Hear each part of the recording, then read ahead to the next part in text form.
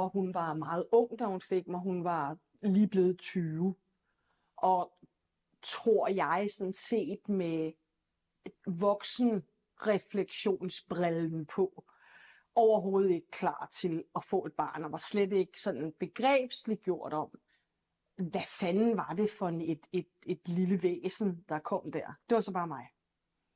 Så da jeg var lige knap 3, så fik hun så sin første lejlighed nede i Valkyriegade, en af mange.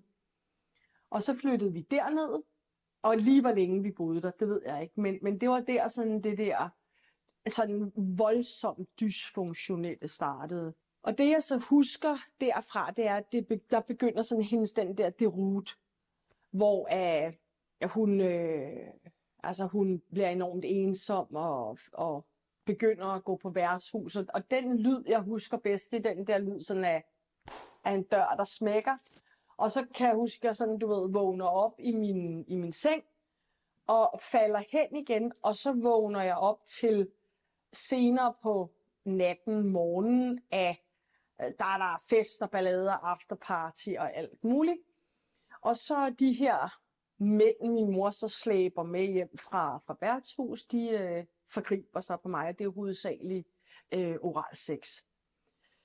Og det der jo er, det forestår så på fra jeg er 3 år til jeg er omkring 14 år, hvor jeg så begynder at sparke fra mig og sige fra og sådan noget. Og så bliver jeg sådan anbragt uden for hjemmet og flytter hjem igen. Og anbragt uden for hjemmet og flytter hjem igen. Og det der sådan er mønstret her, det er jo, at der hvor jeg flytter hen, der finder jeg jo nogle venner, som gennemgår det samme som mig. Fordi mønstret er genkendeligt. Og så da jeg er 11, kommer jeg så, eller 10 over noget måneder, der kommer jeg så i plejefamilie på Falster. Der er ikke noget galt med plejefamilien, men der er noget galt med mig. Der er noget galt med de mønstre, jeg har indlært, og de ting, jeg ligesom har. Altså de ting og de mønstre, jeg har med mig. Jeg har jo fået indlært fra 3 år, at jeg er jo ikke noget menneske. Jeg er en ting, jeg er en salgsvare. Jeg kan købes og sælges og skilles ad på alle planer. Og det gør, at jeg er utrolig bevidst om, at jeg kan sådan, jeg er nødt til at tage noget kontrol over den her situation. Det gør jeg så. Og hvordan jeg gør det i en alder af 11 år, really don't ask. Men jeg stikker hånden frem i denne her kreds, jeg så begynder at komme i med en pige, jeg går i skole med. Det er hjemme ved hendes far. Og der er så lige det der arbejderbeje af ham og hans venner, de lige skal udføre på hende og jeg nede i kælderen. Sådan forskellige seksuelle acts. Og der rækker jeg så for første gang hånden frem og siger, det kan godt være, at du gerne vil have pikken i munden på mig, men så skal jeg have nogle penge. Og det får jeg. Og det er ikke små penge. Og det jeg finder ud af med den, det er jo, at jeg får nogle penge, jeg kan købe noget slik, jeg kan købe noget legetøj, jeg kan realisere nogle ting. Altså på et barneniveau. Men jeg finder også ud af, at det giver mig en kontrol. Jeg har noget, der er mit. Og den viden med, at penge, det er mit, og der kan jeg gøre noget for mig. Jeg gør så noget for alle andre. Sådan er det. Men det er typisk mig. Og det ledte jo ind i, at jeg sådan begyndte mere og mere at gøre det til min levevej. Det er ikke fordi, jeg ikke har fået børn. Jeg har 3 børn og har været gift i 20 år.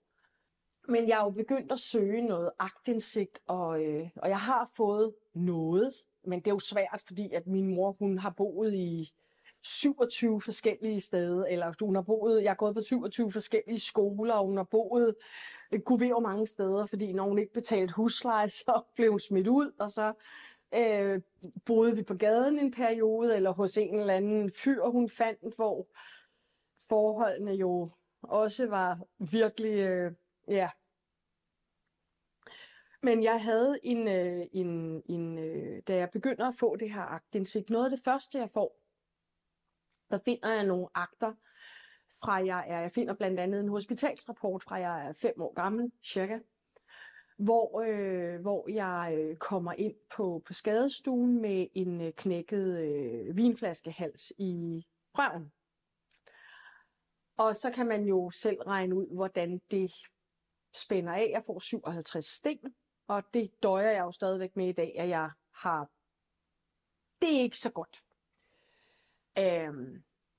Og der har jeg jo efterfølgende døjet med hæmorider og fissurer og fået, det lyder grimt, men jeg har fået Botox i røven et utal af gange for ligesom at reparere på det her noget. Men min mor får mig så hjem igen og forklarer så denne her kommunedame, der kommer, at og det er jo noget, jeg har set på skrift, den her kommunedame fra Københavns Kommune har skrevet, at min mor forklarer, at jeg har sat mig ned i sofaen, hvor denne her vinflaske allegedly har stået, og så er den knækket op i numsen på mig. Okay, det er sådan åbenbart noget 5-årige børn, de gør. Det var jeg ikke helt klar over, men jeg kan sige, at mit barnbarn på 7, hun gør det ikke, og kommer slet ikke i nærheden af vinflasker. Vil du ikke prøve at fortælle for folk, der ikke kender sådan et miljø, hvordan er en vagt på et bordel? Jamen, det er faktisk meget forskelligt. Det kommer an på, om det er på en massageklinik, eller om det er en escorttur, eller privat diskret, eller på gaden. Jeg har aldrig været på gaden, men jeg kender godt miljøet, kender godt mønstrene, fordi mønstrene er de samme. Og en helt almindelig vagt for mig, den kunne, da jeg arbejdede sådan deltids, der var det, at der havde jeg jo så, hvis det var en weekend, kunne jeg godt have en dagvagt, men ellers så var det jo aftenvagt, og så mødte jeg ind klokken 17 til klokken 24, og så, så møder du ind og gør dig i standen, og så ringer telefonen, og så kommer kunderne, og så var der en telefondame til at lukke dem ind, og så gør du, hvad du skal med de her kunder. Det kunne være alt lige fra 1 kunde til 10, 15, 20, 25 deroppe af. Og det, man skal huske på i den forbindelse, det er, at det er jo noget med, at du kan ikke kun have 1 kunde. Det er noget med, at du kan godt have en dominanskunde, som du har i gang med noget, som er længerevarende. Så kan du have en kunde, der skal bare lige have en cocktail. Det tager 10 minutter.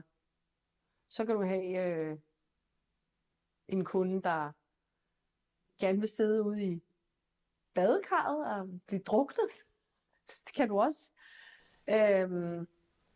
Og der har jeg sådan og det er bare sådan en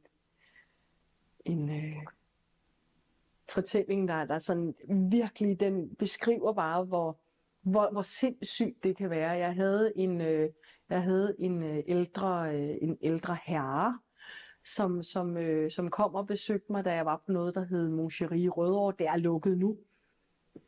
Og der var jeg sådan on-off gennem en del år. Og jeg havde sådan ikke en sådan dyb relation. Du får jo alligevel en relation, når det er mennesker, der har besøgt dig igennem mange år. Og ham her kunden, han ender med at besøge mig igennem 15-16 år. Følger han mig. Sådan rundt omkring i Københavnsområdet, når jeg er på vagt forskellige steder. Ikke? Han skulle altid have det samme. Han skulle have et blowjob, og så skulle han have piercingsbondage.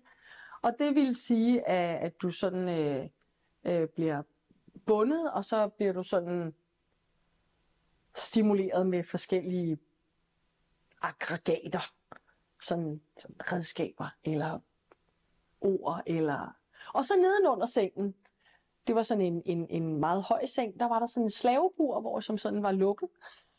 Og 2 slavebuer nedenunder. Og så kunne jeg så have 2 slaver liggende dernede. Jeg havde en leopard engang. Altså en mand, der gerne ville være leopard. Det var meget... Det var meget... det var... Da jeg havde lukket ham ind, og han sad derinde og sagde... Rar. Så der måtte jeg lige gå uden for døren, fordi det var godt nok sådan lidt for...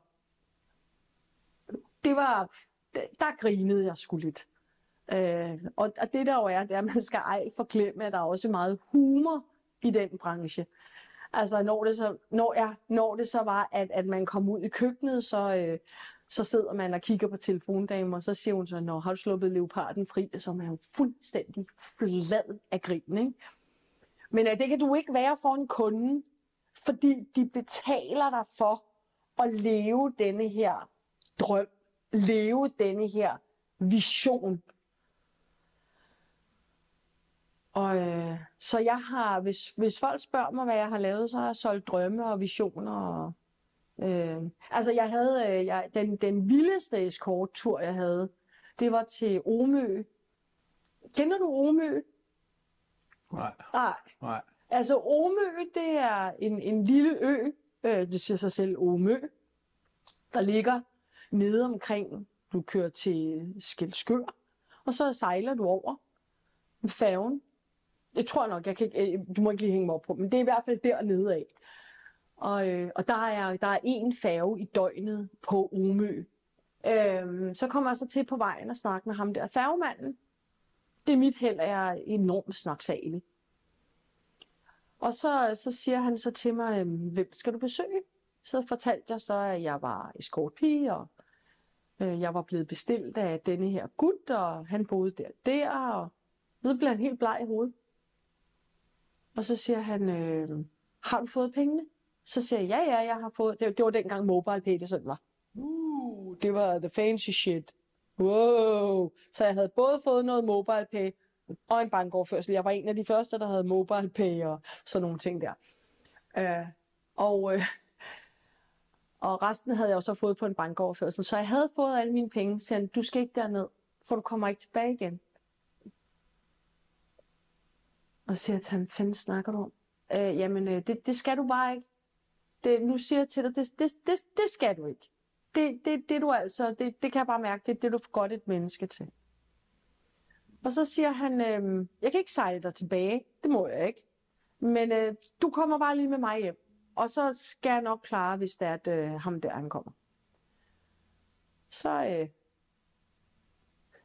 og det er jo sådan helt syre. Jeg går jo bare med ham hjem. Jeg kunne være blevet slået ihjel og alt muligt. Og så senere på aftenen, så kunne jeg godt høre, at der var en masse tumult udefor, fordi han boede på havnen, og godt mærke, at der var en masse tumult. Men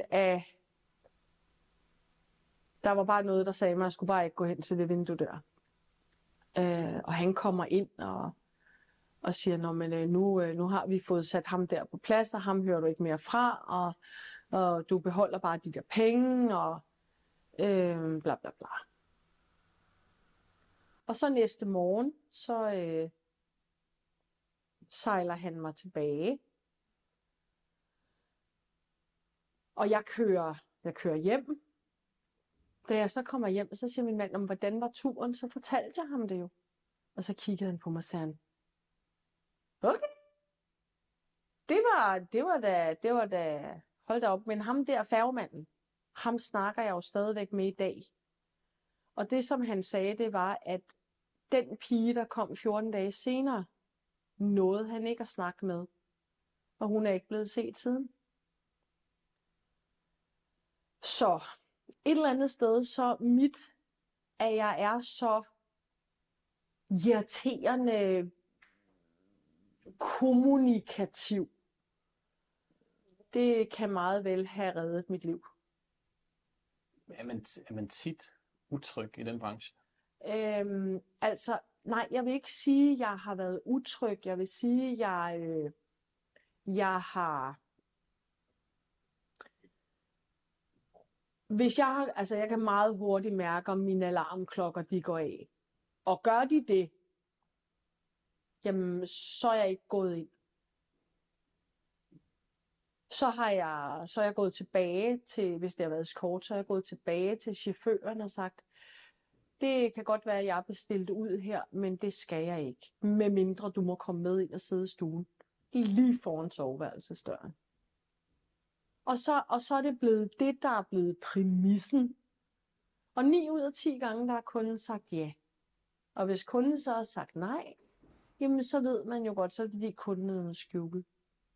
Så det der med menneskers skjulte agendaer, dem kan jeg jo godt, jeg kan godt undre mig over, at mennesker er sådan, men det er ikke noget, der overrasker mig. Du har været sammen med din mand i 20 år. 20 år, ja. Fortæl os, hvordan får man et almindeligt parforhold til at fungere, når man er i din branche? Det gør man heller ikke. Hvis nogen siger, at de er lykkelig gift og den lykkelige luder og sådan noget, så er der altid en catch.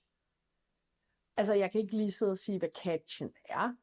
Men selvfølgelig er der også nogen, som gør det sammen.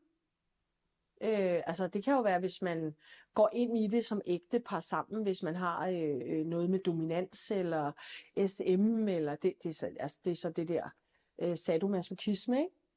Eller hvis man går på swingerklub sammen, eller åbner en klinik sammen, eller det kan jo godt fungere, men så er det jo fordi, du som par er enormt reflekteret over, og enormt kommunikativ omkring, jamen hvad er det for nogle forventninger, hvad er det for nogle ting, man afstemmer, hvad er det for nogle, og der eksisterer jalousi ikke. Jalousi er et ord, som sådan, det eksisterer ikke i deres ordforråd. Og det eksisterede heller ikke i mit og Bos. Det gør det stadig ikke. Og vi fik det jo til at fungere på den måde, at da jeg gerne ville begynde at arbejde fuldtid med det her, der blev det jo en karriere. Der blev det jo et fuldtids, ikke et fuldtidsarbejde, men et fuldtidserhverv. Hvor at det her firma Escort England, og hvor jeg arbejdede 10 dage fra klokken 4 om morgenen til klokken 2 om natten og videre næste dag, ikke? I 10 dage. Og så sov jeg i 2 dage, og så var jeg mor i 2 dage, og så på den igen. Og det gjorde jeg fra 2006 til da jeg stoppede i 2014. Når man arbejder så meget, er det så fordi, at man kan tjene mange penge? Det er penge. Det er hurtige penge. Det er ikke nemt. Og det er opslidende, og du er på 24/7, og det er ikke noget, jeg vil anbefale. Altså, jeg havde jo på et tidspunkt et escortbureau, Skandinaviens største escortbureau med 300 piger tilknyttet, og mellem 86 og 100 chauffører, alt efter hvad der var. Men branchen var også anderledes. Og i dag er branchen jo gået mere over i, at det er online, og det er på sociale medier, og i den dur, ikke? Kan du tegne et billede for os af, hvor mange penge, der er involveret i det? Det kan være alt lige fra 0 til tal med mange nuller på. Altså jeg kan fortælle, at da jeg var aller størst i branchen, altså da jeg peakede, det lyder grimt. Nå, det gjorde jeg altså. Der havde jeg et reklamebudget om måneden fra 85.000 til 105.000. Når man driver så stort en escortvirksomhed, kan man gøre det uden at være i kontakt med nogle kriminelle miljøer? Ja, det kan du godt. Altså sagt på den måde, at kunderne, altså jeg sorterede jo ikke i kunderne. Jeg spurgte jo ikke, undskyld, det er Escort Concorden. Ja, hej, jeg vil gerne bestille Heidi. Nå, undskyld, er du kriminel, eller er du håndværker, eller sniffer du coke, eller hvad gør du? Det spurgte jeg jo ikke om.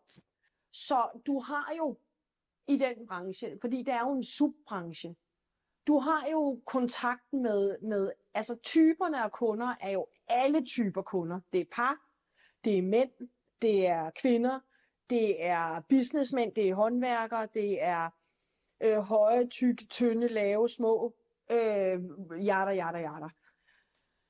det er alle typer fra alle befolkningslag.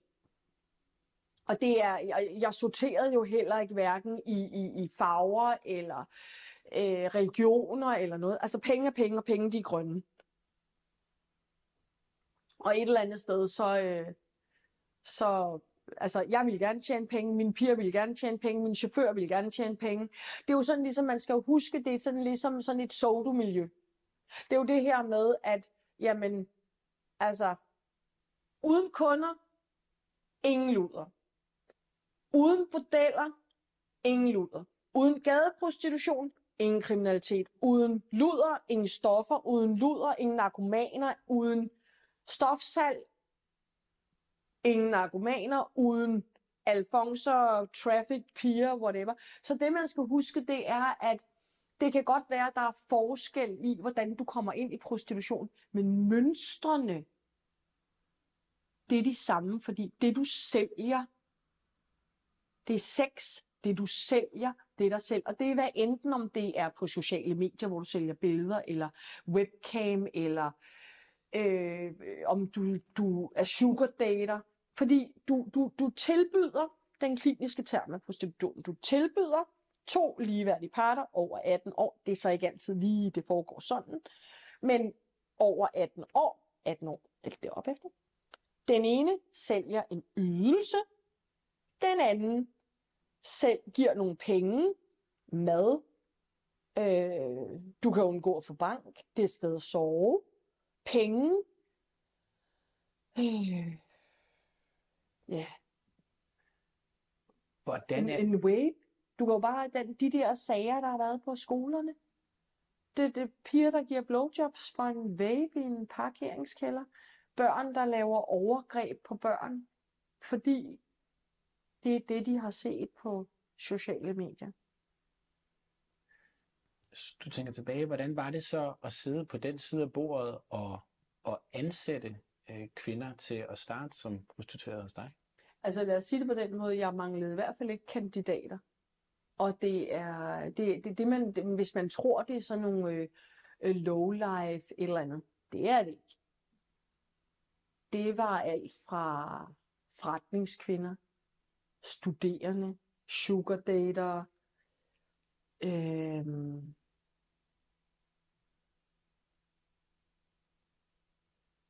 piger i udskolingen. Altså der, hvor de er lige gået ud af 9. klasse og fylder 18, ikke? Gymnasie, HF. Altså piger, der gerne vil lave det, man kalder nogle funny money. Og det, der så bare sker, når du kommer ind i branchen, det er, så de der funny money, de begynder at fylde, og du kan risikere for at kunne overleve i at knippe så mange mænd, så begynder du at tage stoffer. Og så bliver det jo lige pludselig ikke funny money, så bliver det, fordi du skal have og fodre dit stof.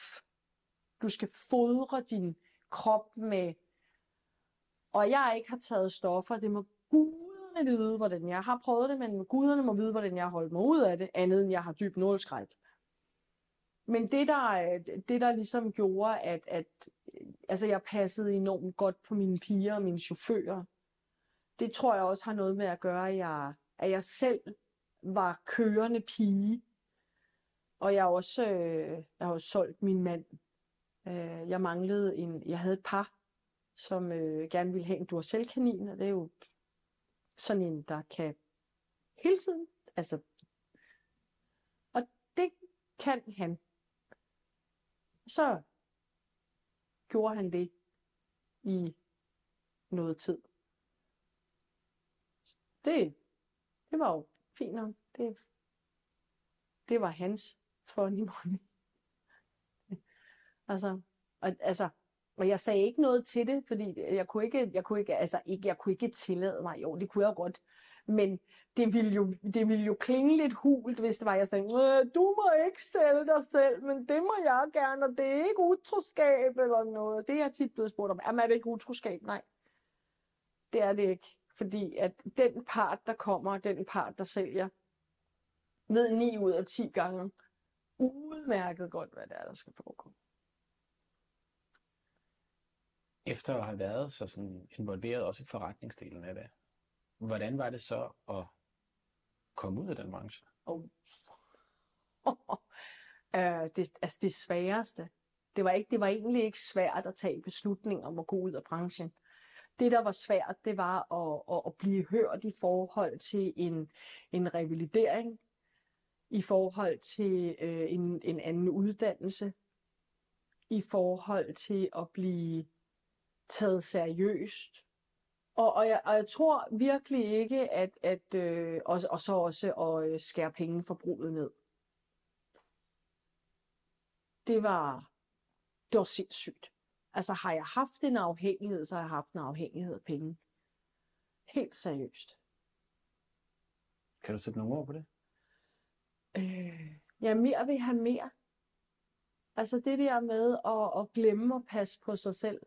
Altså, da jeg stoppede i 2014, der sker der jo det, at jeg er i Odense. Og det er i maj måned. Og jeg starter min vagt. Og lige pludselig så brækker jeg mig ud over en kunde. Og gør min vagt færdig. Hvilket virker fuldstændig ludicrous, men der har jeg lang tid, gået rundt med sådan noget osteklokke-symptom. Du ved, sådan nogle træthedssymptomer og sådan, sådan lidt glemsomhed. Og så sætter jeg mig ind i min bil, da vagten var færdig, og kører. Og så halvanden døgn senere er der sådan en lastbilchauffør, der banker på min rude, og jeg bliver sådan helt vågnet op og vælter ud af bilen. Og så siger han til mig, hvad laver du? Hvad mener du, siger jeg så? Jamen, du har siddet her i Grovever og lang tid, og må jeg ikke hjælpe dig? Og så siger jeg til ham, jamen, jeg skal jo bare hjem. Så siger han, hvor er hjem? Det ved jeg ikke. Og så siger han, skal du ikke tisse? Fryser du ikke? Altså selvom det var maj måned, ikke, så er du stadigvæk. Så viser det sig, at jeg er kørt, iført min stilethæle, som ofte var de der 15-17 cm. Meget, meget, meget høje, med meget højt plateau. Og en meget hulkort kjole uden bund. Og altså dem, der har kørt ind på den der resteplads, de må have haft en fest. Og jeg havde ikke låst dørene, eller noget, og der var ikke nogen som helst, der var kommet hen og banket på min rude, eller man havde bare ladet mig sidde. Og han hjælper mig så på toilettet og giver mig noget tøj på, og vi får så i fællesskab åbnet min telefon, og han får ringet til min mand og siger, hej, jeg står her sammen med din kone på en resteplads i Blommenslyst. Jeg skulle have været i Slagelse og arbejde 2 dage. Jeg havde booket klinik og det hele. Og jeg kunne så se, at min telefon, den havde bimlet og bamlet. Jeg havde intet hørt. Og så siger min mand, hold nu op. Så viser han, altså han viser ham skiltet Blommenslyst. Og så siger han, jeg kommer med det samme. Så står denne her lastbilchauffør og venter sammen med mig, indtil min mand kommer sammen med mine svigerforældre, og hjælper mig med at lave, eller han laver sådan et dyne og pude, det havde jeg altid med. Det har jeg stadigvæk, når jeg skal ud og sove. Jeg kan ikke sove med andres. Det er sådan en arbejdsskade. Og han køber noget at spise til mig, og noget at drikke til mig, og venter sammen med mig. Og den dag i dag, jeg ved ikke, hvad han hedder. Jeg ved ikke, hvem han er. Men jeg er ham da dybt taknemmelig for, at han reagerede, for jeg havde jo fået et sindssygt stresssammenbrud. Og så kommer min mand så og henter mig, og mine svigerforældre, de kører deres bil hjem, og min mand kører vores bil hjem. Så sover jeg i rigtig mange dage. Kommer til lægen, bliver sygemeldt. Så er jeg så i mellemtiden kommet i kontakt med noget tid forinden noget, der hed Exit Prostitution, som var et forsøg under Københavns Kommune, der var drevet af satspuljemidlerne. Det eksisterer ikke mere i dag. Er der ikke nogen overhovedet prostitutionsindsats i Københavns Kommune, medmindre det er sådan noget som Reden til gadeprostituerede eller privatfondet til gråzoneprostitution og sådan noget der. Men til den etablerede del af prostitution, der er der ikke noget. Intet. Og der kommer en generation lige om lidt, som er blevet groomet, som er i sugar dating, som om vi ejer vores egen krop-agtig tingling, bum bum bum, ikke? Og også alt det her kønsidentitetssnakke lavet der, ikke? Altså, det skal nok blive sjovt. Malene, er der noget, du synes, vi alle sammen skal vide? Om prostitution? Ja, om dig. Lad være for helvede. Det er forbudt, hvis du spørger mig. Pas på dine døtre, dine kusiner, din moster, din mor, dine fætre, dine fætre til nevøer, børnebørn, oldebørn. Bare lad være. Bare nej tak til prostitution. Tak. Det var det. Skal vi lade det være sidste ord? Ja. Tusind tak for historien. Velkommen.